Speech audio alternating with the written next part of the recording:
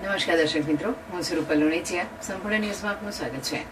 બનાસકાંઠા જિલ્લાના કાંકરેજ તાલુકાના ચેખલા ગામે જાહેરમાં જુગાર રમી રહેલા 6 ઇસમોને શિહોરી પોલીસે ઝડપી પાડી તેમની પાસેથી રોકડ રકમ અને જુગાર રમવાની સામગ્રી સહિત કુલ ₹7,07,170 નો મુદ્દામાલ જપ્ત કર્યો છે. પોલીસે તમામ સામે કાયદેસરની કાર્યવાહી હાથ ધરી છે.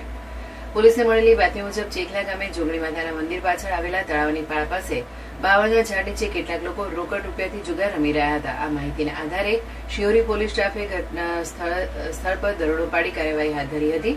દરોડા દરમિયાન પોલીસે કસુરજી પ્રતાપજી ઠાકોર, રાહુલજી વંદનજી ઠાકોર, શ્યામજી ગંભીરજી ઠાકોર, સુરેશજી રામાજી ઠાકોર, સંગ્રામજી હેમાજી ઠાકોર અને નોનસંગજી જામાજી ઠાકોરને જુગાર રમતા ઝડપી પાડ્યા હતા.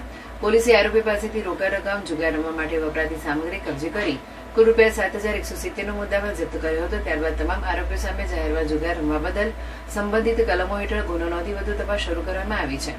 શિહોરી પોલીસ દ્વારા જાહેર સ્થળોએ ચાલતી ગેરકાયદેસર પ્રવૃત્તિઓ સામે સતત દેખરેખ રાખી કાર્યવાહી કરવામાં આવી રહી હોવાનું પોલીસ સૂત્રોએ જણાવ્યું હતું.